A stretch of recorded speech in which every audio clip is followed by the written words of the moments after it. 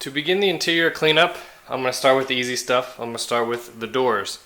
The plan is take the door panel off and then grease everything inside. If you notice from one of the previous videos, the windows had a really hard time going up and down. Also, this door handle right here is just full of garbage. It won't really move at all. It's full of stuff. So basically grease and lube everything, but I want to show you guys something awesome. I've dealt with a lot of C3s in the past.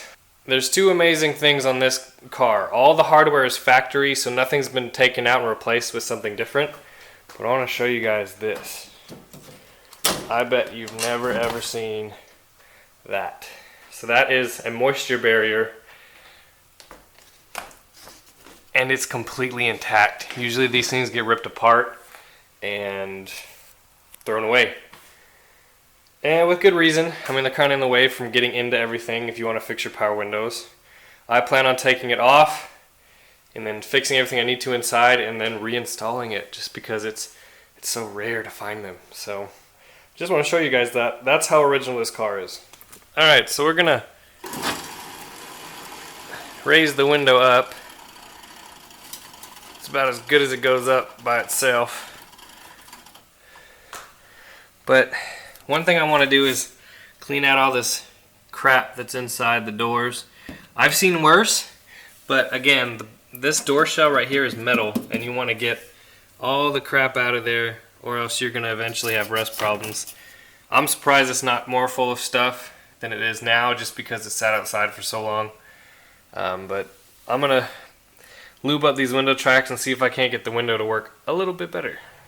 After liberal amounts of white lithium grease everywhere, got the window to work a little bit better. Still a little slow, but that's okay. I'm hoping over time it'll get a little bit better. But there's something wrong, and I'll show you what it is. So if you look right here inside, behind that bolt is a stop, so it stops the window from going up. If you notice, it's pretty much all the way up. And if you look over here, the window is coming up through the weather stripping. Now, if you went to shut the door with the window being as it is, it will hit right there. So what has happened is that bolt has come loose, and I need to adjust it down, which I will. But the cool part about this door now, everything works. The locks work, the handle works, all the insides work, power window works. Nothing's broken, so I can clean the panel up, put an armrest patch on it, put it back on, and that door's done. And not bad for an hour.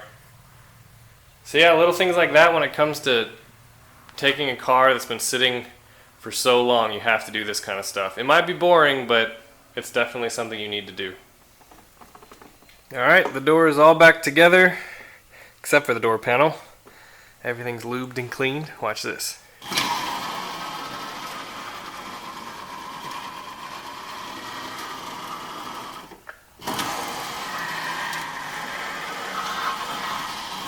Much better, and it doesn't go up too far, which means it fits really, really nicely. Watch this. Now, if there was weather stripping that wasn't gone, you would see a little lip right along here, but either way, it fits really nice like it's supposed to, which is what I like about original cars. Nobody's messed with them.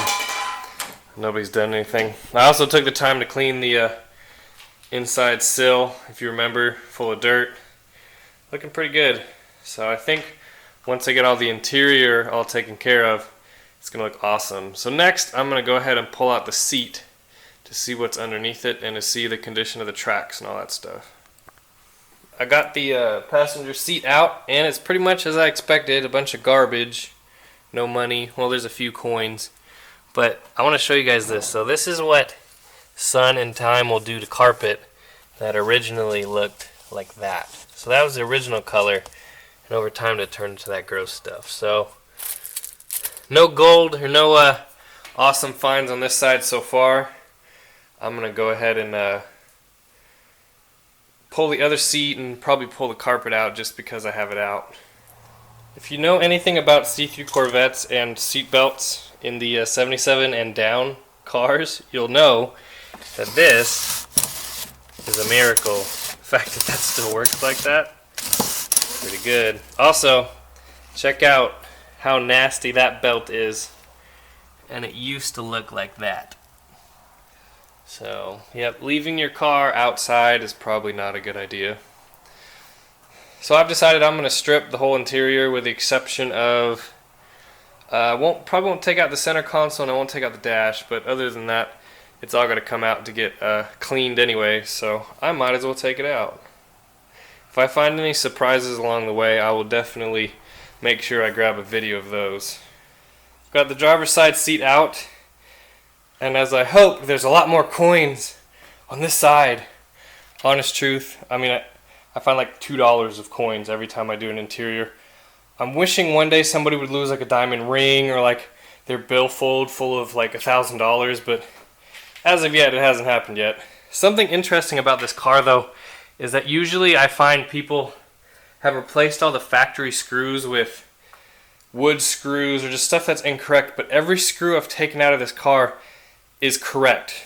As in, none of this has ever been apart since 1977 when they made it.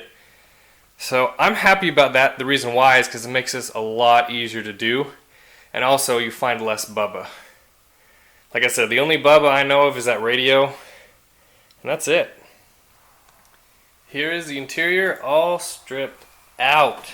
So everything I'm going to take out is gone. But I want to show you guys something. You know what's even rarer than a panel on that door? Is one on this. I've never seen one, ever. So either somebody took it off in the past, which I don't think they have because it's almost impossible to get off in one piece. But no one since 1977 has been inside that door, which to me is amazing. Usually these cars are so full of bubba. This one really hasn't ever been taken apart, and I'm happy to be the one to do it because I'm going to put all the right screws back where they go. But yeah, take a look at that. You won't see another one, that's for sure.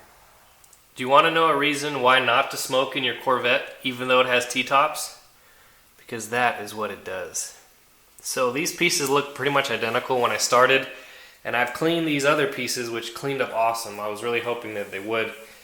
It actually reminds me of the first see-through I ever bought. Had a tan interior the same color as the 75, and they had smoked in it too, and it did the same thing. So just check it out. Just look how thick that crap is. And it cleans up pretty good. I still need to do the final once over on these other panels, but all the panels in the car will pretty much clean up this nice, with maybe an exception of a few.